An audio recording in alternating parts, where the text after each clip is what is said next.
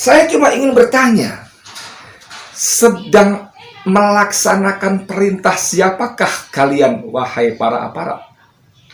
Sedang melaksanakan perintah siapakah, wahai kalian hakim yang disebut yang mulia hakim? Kalian para jaksa sedang melaksanakan perintah dan keinginan siapakah sehingga begitu ngototnya sampai melakukan tindakan kekerasan fisik pada Habib untuk menghadirkan di ruang sidang online?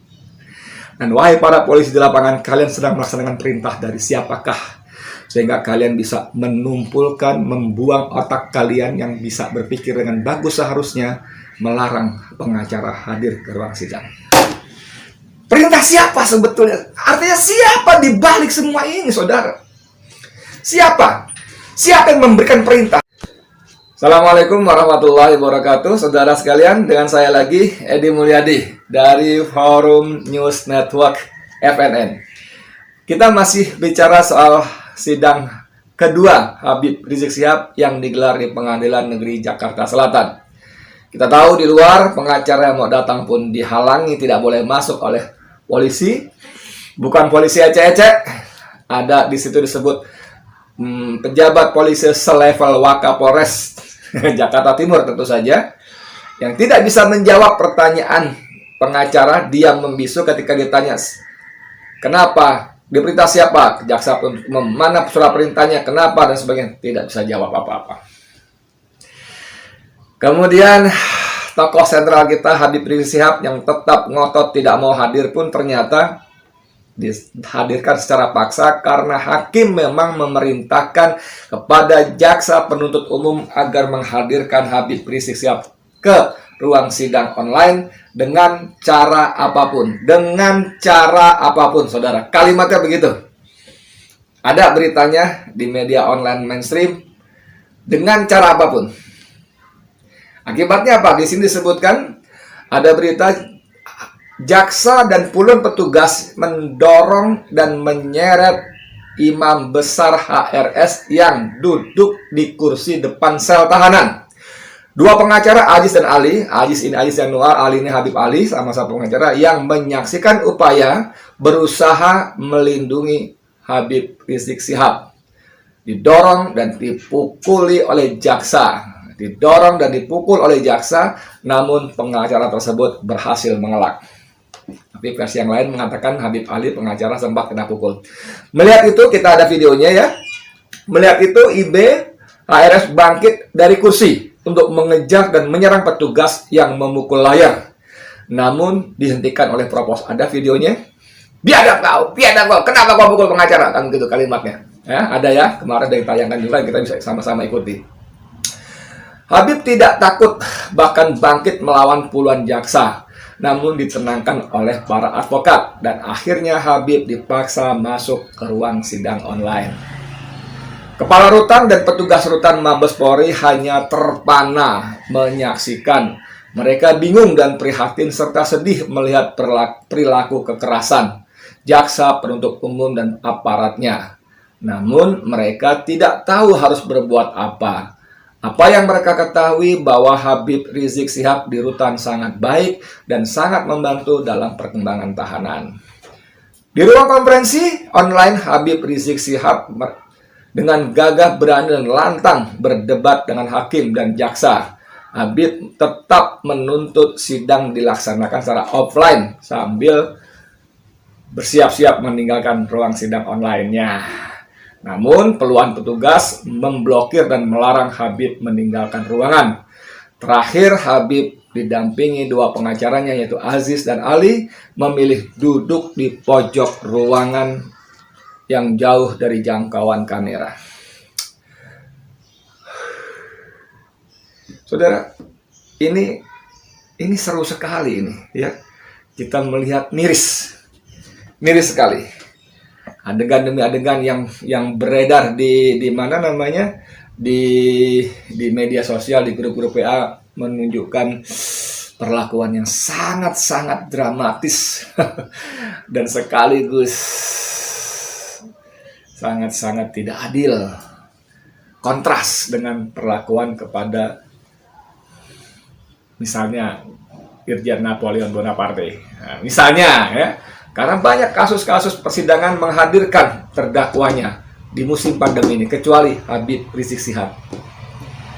Kali lagi saya ingin ulang lagi, kalau dengan alasan pandemi Habib Rizik tidak boleh hadir dalam ruangan sidang, kenapa di situ boleh hadir pengacara yang jumlahnya sampai 40? Kenapa di situ boleh hadir jaksa yang jumlahnya belasan mungkin puluhan juga? Kenapa boleh hadir pengunjung di situ di ruangan yang sama? Kenapa boleh hadir wartawan yang belasan puluhan juga orangnya jumlahnya? Kenapa di situ boleh hadir juga aparat keamanan yang jumlahnya mungkin belasan puluhan juga? Kenapa di situ juga ada majelis hakim? Semuanya boleh hadir kecuali satu orang, Habib Rizik Syihab, dengan alasan pandemi. Apakah Habib Rizik Syihab itu membawa bibit penyakit yang sangat berbahaya gitu loh. Kalau sangat berbahaya, kenapa ada adegan orang mencengkram pundaknya, memegang tangannya begitu, si laki-laki berbaju kotak-kotak hitam itu, kenapa dekat-dekat juga mencengkram?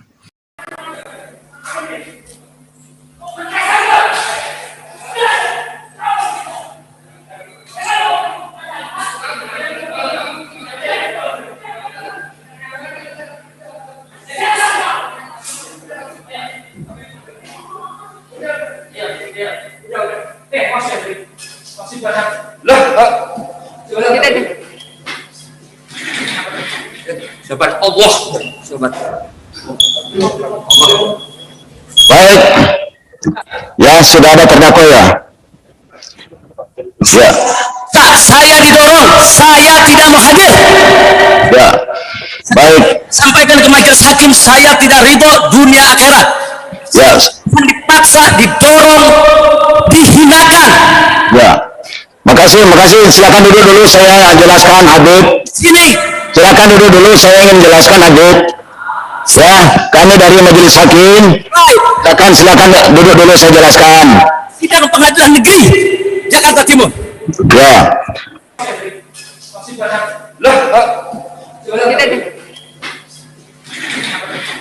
Sobat Allah, sobat.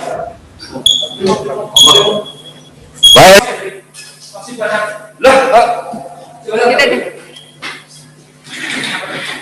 Sobat Allah, sobat.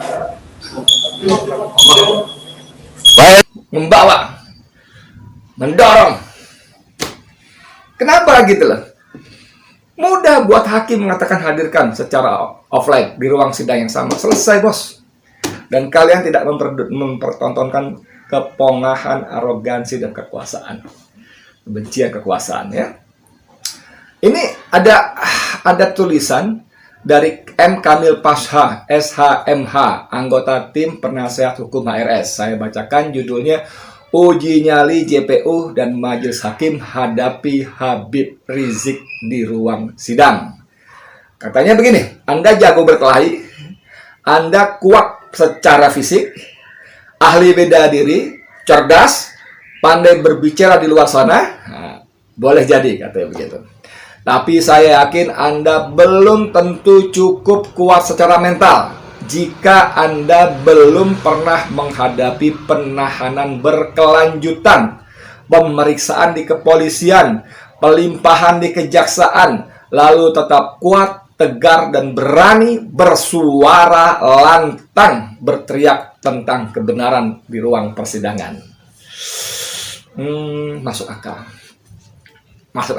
Sudah menjadi rahasia umum di kalangan advokat bahwa klien akan melembek, frustasi, atau bahkan meminta agar tim penasihat hukumnya menurunkan tensinya kepada penyidik, JPU, atau majelis hakim. Hal ini dikarenakan yang bersangkutan takut mengalami sesuatu yang buruk saat menjalani proses hukum acara pidana. Pada beberapa kasus besar, mantan pejabat yang berkuasa, mantan jaksa penuntut umum senior terlihat bingung dan plonga-plongo ketika duduk di kursi terdakwa dalam sidang perkara pidana. Jagoan waktu berkuasa, jagoan waktu menjabat, tapi ketika mereka berubah menjadi duduk di kursi terpidana atau terdakwa dalam perkara pidana, maksud saya, mereka menjadi bingung, plonga-plongo. Kalimat berikutnya, paragraf berikutnya, Habib Rizik malah membuktikan sebaliknya. Beliau tetap kuat, tegar, dan berani, serta lantang di persidangan.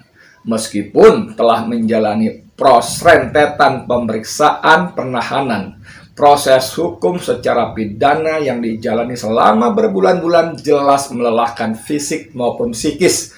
Namun beliau tetap sabar. Sebagai seorang advokat, saya mengagumi beliau secara tulus. Bukan semata karena beliau adalah klien kami, tapi karena beliau memang hebat di persidangan. Bernyali. Saya tak tahu apa isi hati dan pikiran dari jaksa penuntut umum mengenai alasan mereka tidak menghadirkan HRS ke muka persidangan. Padahal mereka mampu dan hal tersebut mudah saja. Karena HRS dan kelima orang ex-pengurus FPI dalam kondisi status tahanan pengadilan, bukan dalam keadaan bebas melancong ke sana kemari. Saudara sekalian, ini masih ada paragraf berikutnya, tapi saya kira ini menjadi salah satu konfirmasi dari salah satu penasihat hukum Habib Rizik Syihab, ya, Kamil Pasa ini. Bagaimana suasana yang terjadi di dalam persidangan. Tapi saya ingin bicara agak keluar dari peristiwa yang sangat memalukan itu, yang mempertontonkan kepongahan kekuasaan, yang mempertontonkan kebencian rezim ini pada Habib. Yang diwakili, direpresentasi oleh perilaku polisi yang menahan, melarang hadirnya pengacara ke ruang sidang. Yang diwakili, dia representasi oleh ngototnya jaksa penuntut umum dan timnya menyeret menghadirkan Habib ke ruang sidang online. Yang diwakili, direpresentasi oleh sikap majelis hakim yang abai. Yang kita tahu di mana-mana di ruang sidang majelis hakim punya kekuasaan mutlak. Kekuasaan mutlak, dan dengan sangat mudah majelis hakim bisa memerintahkan Habib hadir di ruangan sidang tanpa harus berkelit bersembunyi di balik Perma nomor 4 tahun 2020 itu. Tidak dilakukan. Semua tidak dilakukan. Walaupun untuk itu risikonya mempertunjukkan, sekali lagi mempertontonkan keponghan, keangkuhan, arogansi kekuasaan, kezaliman yang luar biasa. Tapi oke lah. Saya cuma ingin bertanya, sedang melaksanakan perintah siapakah kalian, wahai para aparat? Sedang melaksanakan perintah siapakah, wahai kalian hakim yang disebut yang mulia hakim? Kalian para jaksa sedang melaksanakan perintah dan keinginan siapakah sehingga begitu ngototnya sampai melakukan tindakan kekerasan fisik pada Habib untuk menghadirkan di ruang sidang online? Dan wahai para polisi di lapangan, kalian sedang melaksanakan perintah dari siapakah sehingga kalian bisa menumpulkan, membuang otak kalian yang bisa berpikir dengan bagus seharusnya melarang pengacara hadir ke ruang sidang? Perintah siapa sebetulnya? Artinya siapa di balik semua ini, saudara? Siapa? Siapa yang memberikan perintah? Kalian semua seperti penyanyi, seperti peserta kor, paduan suara yang menyanyikan lagu yang sama. Zalimi Habib Rizik. Rampas hak asasi Habib Rizik. Polisinya, jaksanya, hakimnya, semua bersuara yang sama dengan tugasnya masing-masing. Ada dirigen tentu saja, ada konduktor yang memberikan aba-aba. Memberikan aba-aba kepada polisi, memberikan aba-aba pada jaksa, memberikan aba-aba kepada hakim. Siapa? Orang ini siapa? Siapa? Anda pemirsa? Karena Bang Edi Channel ini bisa membantu saya menjawab siapa orang itu yang memberikan perintah kepada hakim, memberikan perintah kepada jaksa, memberikan perintah kepada polisi untuk mempertontonkan kebodohan itu.